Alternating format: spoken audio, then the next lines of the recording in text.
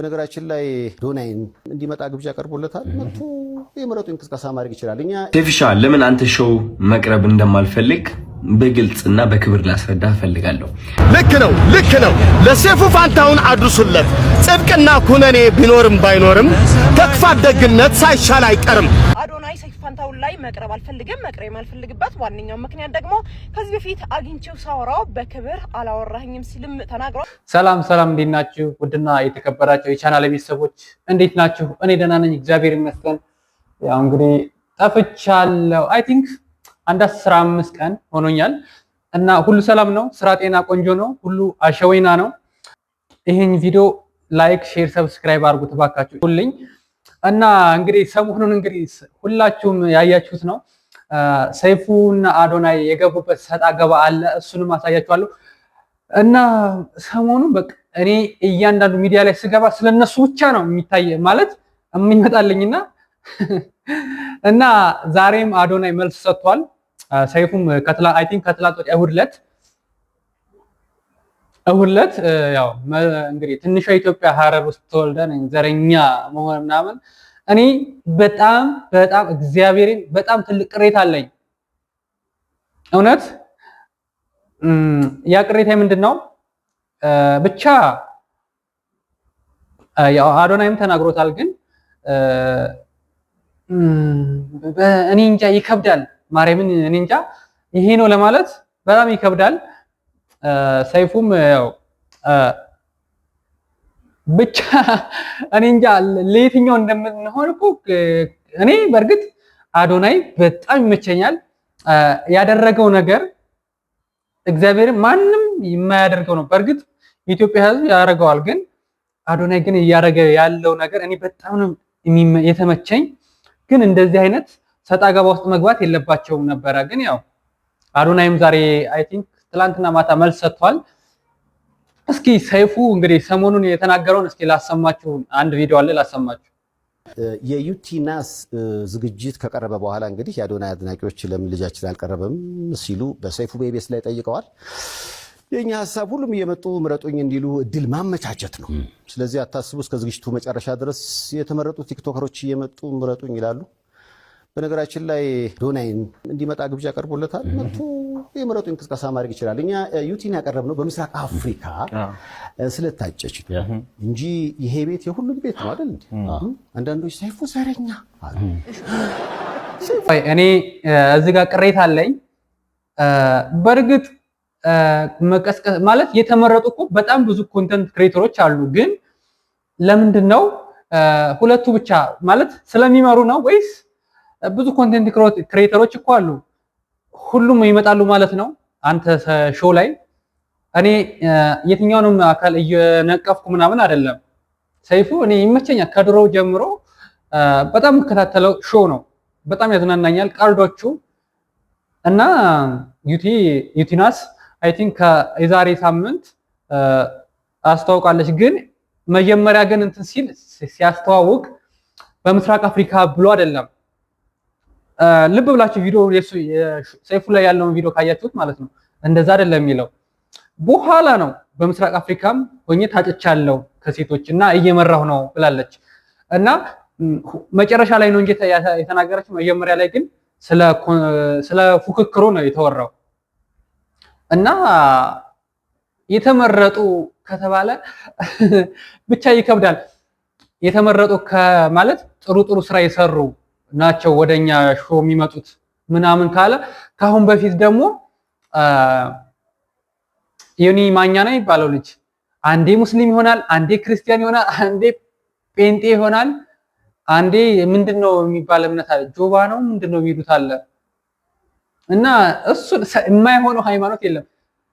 እሱ ይሁን ችግር የለው ሃይማኖት መቀየር ማለት ይሄ ክብርን ላይነካ ይችላል፣ የሱን ክብር ላይነካለት ይችላል። ግን ብዙ ኢትዮጵያንን ተሳድቧል ዮኒ ማኛ የሚባለው ልጅ ማለት ነው። ካያችሁት ሁላችሁም ታውቁታላችሁ። በተለይ ሙስሊሞችን ካሁን በፊት ተሳድቦ ስቲል ነው 1 ሚሊዮን የገባ ቻናሉን ሁሉ የተዘጋበት ልጅ ነው ዮኒ ማኛ ማለት እና እሱን እንግዲህ ያም ሁሉ ፖለቲካ ተሳድቦ መንግስት ህገ መንግስቱ ሳይቀረው በነገራችን ላይ አንዳንድ ሰዎች የማይገባቸው ነገር ማለት ነው መንግስትን ተሳደቡ ማለት ያንን የሚመራውን አካል ተሳደቡ ማለት አይደለም። መንግስትን ተሳደብክ ማለት የምትተዳደርበትን ህገ መንግስቱን መሳደብ ማለት ነውና ያ ስተት ነው።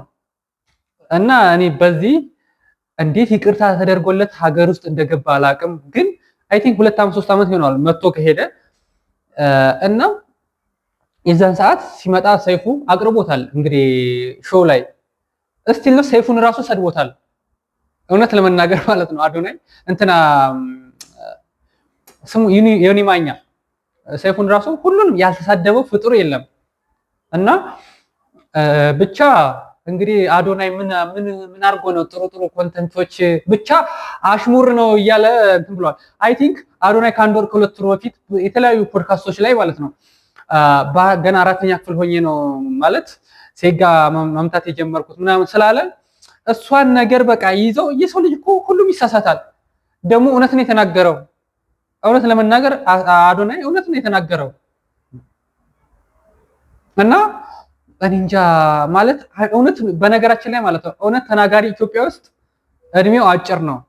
እውነት ለመናገር ማለት ነው እውነቱን ስለተናገረ ብቻ በኔጌቲቭ ታይቶበት ያው ከማህበረሰብ እንዲገለጥ ግን እሱ ደግሞ እግዚአብሔር ለደቂቃ ያክል ካፌ አለየውም ነው ያለው። እንግዲህ አዶናይ ይችላል። እኔ ዩቲናስ አትመረጥ አይደል?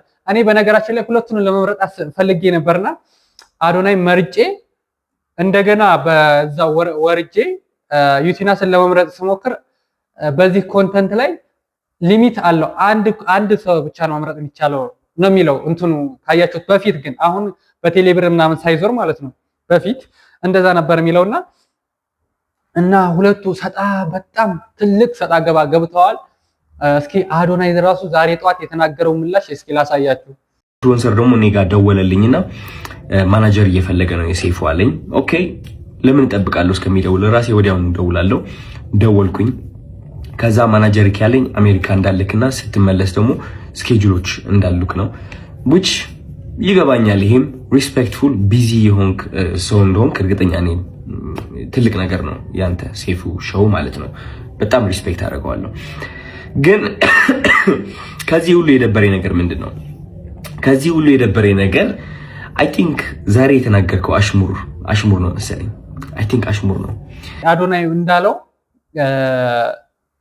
ከአሁን በፊት 2 ልጆች አይ ቲንክ 3 ልጆች ከጎዳና አንስቶ እንትን እያለ ነው ማለት እኔ እንጃ። አንድ አዶናይ አይነት ሰው ይገኛል በአሁን ሰዓት እና አብርሽ አሉ። በእርግጥ የሰው ልጅ የሚያበረታተው ዩቲዩበር ኤቢ ግሬስ ካወቅ መቼም ታውቁታላችሁ። አብርሃምን የማያውቅ ዩቲዩበር ማለት ዩቲዩበሩን አብርሃም የማያውቅ ሰው የለም። ላይክ እንደነሱ አዶናይ ራሱ ያን ሁሉ ወጪ እያወጣ በቃ ምን ልበላችሁ እኔ ይሄ በቃ ስለሱ ስናገር እኔ እግዚአብሔር ቃላት ያጥረኛል። እና ያን ሁሉ ወጪ እያወጣ ያን ሁሉ ቤት ሩም እያሳዘ ላይክ እኔ አይመቸኝም። ግን ማለት እነ ፓስተሩ ማን ነበር ይሄ እዩ ጩፋ ሁሉ የ1 ዓመት የቤት ኪራይ ይችላልላችኋለሁ ብሏል ዲቻ ቮይስ። እነዛን አንተ ሾው ላይ ቀርቤ እነዛን ልጆች ህዝብ እንዲረዳቸው ላድርግ ሲል ስለዋለ ምንድነው ያለው ብሎ ነው የተወጣጣለኛ። አያችሁ እንግዲህ እኛ ኢትዮጵያውያን እኮ ማስመሰል እንችልበታለን። እግዚአብሔርን ሚዲያ ላይ ከሆነ ግን በቃ የሰውን አንጀት ለመብላት አያችሁ፣ በሰው ለመወደድ ግን በጣም የሚያስጠላኝ ነገር እውነት ለፈጣሪ ብሎ የማያደርግ ሰው ለሰው ብሎ በቪዲዮ እንዲታይለት ይሄ ሰው እኔ እንደዚህ አይነት ሰው አይመስለኝ። እግዚአብሔርን በቃ የሰው ልጅ መርዳት ከቻል በውስጥ መርዳት ከሆነም መታየት ማለት ቪው ከተፈለገም በኦንላይን ማለት በቪዲዮ መልቀቅ ምን ችግር አለው? እነዚህ ልጆች አሁን እግዚአብሔር ካለ አሁንም ህይወታቸው ተስተካክሏል፣ ግን ወደፊትም ይስተካከላል። እና ይሄ ልጅ ላይክ የወለደው ልጅ ራሱ እንደዚህ የሚንከባከባ ማለት ከጎዳና ላይ አንስቶ እንደዚህ ደረጃ አድርሶት ላይክ እንዲያግዘው ስለጠየቀው ማለት እሱ ከኪሱ አይወጣም፣ ጀስት ሚዲያውን ተጠቅሞ የህዝብ እንዲረዳቸው ነው። እንጂ ያደረገው ማለት ብሎ ጸጥ እንዲለው አይደለም። በነገራችን ላይ አንዳንድ ሰዎች ማለት በፊት የመጣንበትን መንገድ እንረሳዋለን ማለት እንዴት ነው ግን ብቻ ያው እኔ ስላልደረሰብኝ ሊሆን ይችላል አይ ቲንክ አላቅም። ግን ማለት ዓላማ ያለውን ሰው ወደፊት ጎትታችሁ ማለት ልቡ ካለው ጎትታችሁ ብታወጡ ምን ችግር አለው?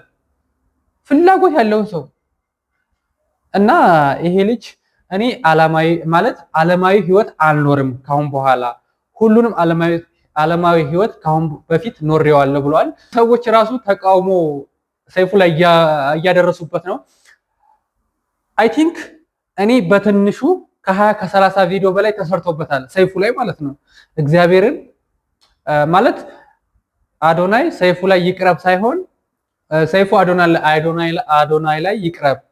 እስኪ አንድ ቪዲዮ እስኪ ላሰማችሁ። በጣም ብዙ ቪዲዮዎች አሉኝ፣ ግን እስኪ አንድ ሁለት ሶስት ቪዲዮ ላሳያችሁ። አዶናይ ሰይፉ ላይ አልቀረብኩም ብለህ ሰይፉ አላቀረበም ብለህ ስራህን እንዳታቆም። ሰይፉ ሌጀንዶችን አያቀርብም። ይኖዛት እኔ ሌጀንድ መሆኔ ታውቃለህ። ከመጣበት ሀገር ካናዳ ውስጥ ሴዶ በጣም ሌጀንድ መሆኑን ታውቃለህ። ዩሮፕ ውስጥ ሴዶ ሌጀንድ መሆኑን ታውቃለህ። አሜሪካ ውስጥ ሴዶ ሌጀንድ መሆኑን ታውቃለህ። እኔ ከሶማሌ በነበረኝ ጉዳይ ከሊስጥሮ እስከ ላይ ድረስ እኛ ታዋቂ ነበር፣ ፌመስ ነበር። ሴዶ አሁን ማያውቀው የለም።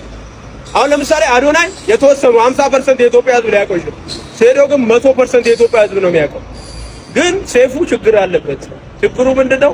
እንደኔ አይነቱና እንዳንተ አይነቱ ሰዎችን አያቀርብም፣ ተጽዕኖ ፈጣሪዎችን አያቀርብም ማለት ነው። የስ ስለዚህ እንዳታዝኚ፣ ላሽ በይ፣ በአቋምሽ ጽኚ።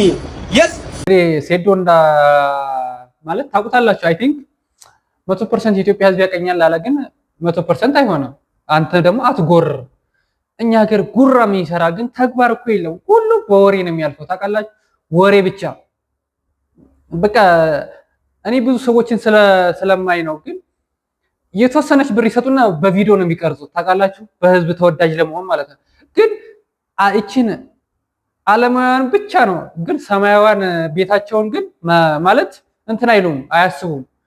ሁሉም ብትጠይቋቸው ብር ቢሰጡ ለእርዳታ ቢሰጡ ካሜራ ይዘው ነው የሚሰጡት እና በጣም ይደብራል። እስኪ አንድ ሁለት ቪዲዮችን ላሳያችሁ። ሲጀመር የሚወዳደር ሰው ሚዲያ ላይ አይቀርብም። ባለፈው ዓመት አምና ደግሞ የነበረ ፀጉር ዛሬ እንኳን መላጣ ብትሆን በፍጹም ዛሬ አይበቅልም። በሚመጡት ትውልዶችና አሁን ባሉት ትውልዶች ውስጥ ጠልቃ ባንገባ ጥሩ ነው። ለሚመለከተው አድርሱለት። ከፈለገ ይዋጠው፣ ካልፈለገም ያቅረው። አድርሱለት። ልክ ነው። ለሰይፉ ፋንታሁን አድርሱለት። ጽድቅና ኩነኔ ቢኖርም ባይኖርም ተክፋት ደግነት ሳይሻል አይቀርም እየተባልክ እኮ ነው ያደግከው።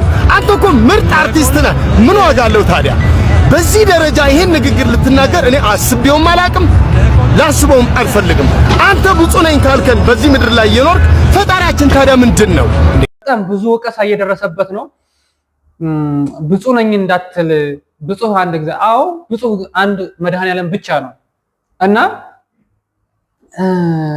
ያሳዝናል በጣም ማለት እኛ እኮ እኔ ብያለሁ ቅድምም የመጣንበትን እንረሳለን። ችግሩ ማለት ነው ስናገኝ ይሄ ብር የሚባል ቆሻሻ የሰው ልጅ የማያስተው ነገር የለም፣ ከፈጣሪው ያቀያይረዋል። ግን ይሄ ልጅ ሁሉ ነገር ትቶ ይሄን ሁሉ ብር ኢንቨስት እያደረገ ብቻ ምን ልበላችሁ ከባድ ነው። እኔ የአዶናይ ስራ ከባድ ነው። ብዙዎች ራሱ ወቀሳ ብቻ ሰይፉ ይሄን ሳምንት በጣም ትልቅ ወቀሳ እየደረሰብህ ነው ማለት አስተካክለው። ያው በስተርጅና ማለት ጥሩ ነገር ሲሆን ነው እንጂ እንደዚህ ሲሆን ጥሩ አይደለም።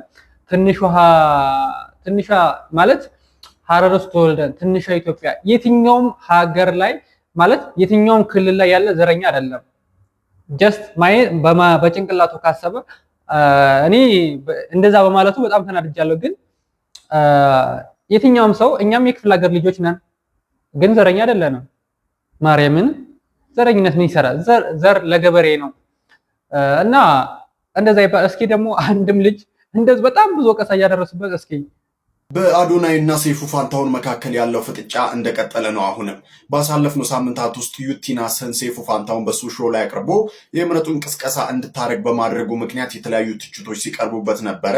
ነገር ግን ትችቶቹን ከሰማ በኋላ ሰይፉ ፋንታሁን አዶናይም መቅረብ እንደሚችልና የምረጡን ቅስቀሳውን ማድረግ እንደሚችልና እንዲሁም ምንም አይነት ከዘረኝነት ጋር የሚገናኝ ነገር እንደሌለ ገልጾ ነበረ።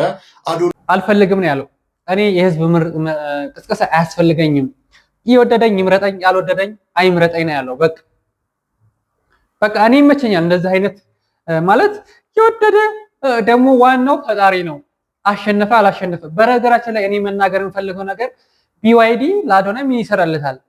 የ2.2 አይ ቲንክ 2.89 ሚሊዮን ብር ለእንደዚህ አይነት ልጅ በየክፍለ ሀገሩ እየዞረ ሰዎችን የሚረዳው ማለት የሚያነሳው፣ የወደቁትን የሚያነሳው፣ የሚያበላው፣ የሚያጠጣው።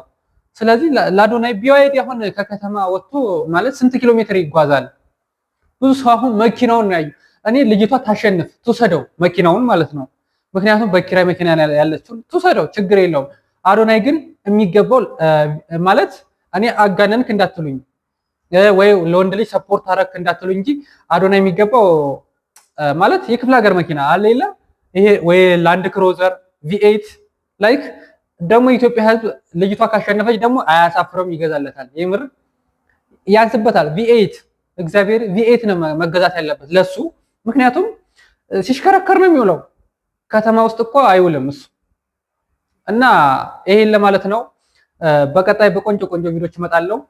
ደግሞ ድል ጥሩ ለሰራ ሰው ጥሩ የሰራ ሰው ያሸንፍ።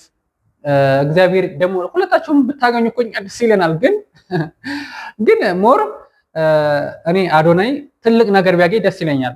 ልጅቷ ግን ቢዋይዱን ብትወስዱ ችግር የለውም። ሌላም ደግሞ በምስራቅ አፍሪካም ላይ ብታሸንፍልን ደስ ይለናል። እግዚአብሔር ምርጥ ልጅ ናት። ብዙ ፊልሞችን ሰርታለች ማለት ትችላለች። ትወና ላይ ጎበዝ ናት። ብቻ ያው በቀጣይ እንግዲህ ስቴፕ ባይ ስቴፕ እያሳደገች ትመጣለች ብለን። እኔ ግን አማርኛ ፊልም አልወደኝ፣ ቅርታ አድርጉልኝ።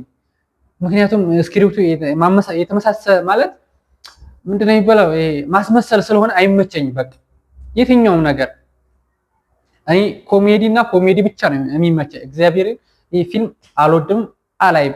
በነገራችን ላይ እኔ በህይወት ዘመኔ 2 ፊልም ብቻ ነው ኪያ ፊልምና አለምሰገድ ተስፋዬ የሚሰራቸውን ቪዲዮዎች ብቻ አለምሰገድ ተስፋዬ የሚሰራቸውን ፊልሞችና እንትና ማን ነበረ? ቦርጫው ማን ነበር? ቦቼራ አይደለም ብቻ እነሱን እና የምከታተለው እና ይሄን ለማለት ነው። በጣም ወዳችኋለሁ። ይሄን ቪዲዮ ስትጀምሩ ላይክ፣ ሼር፣ ሰብስክራይብ አድርጉልኝ፣ አበረታቱኝ። እስኪ ያው ወደፊት ወዳችኋለሁ። ሰላም ደሩልኝ።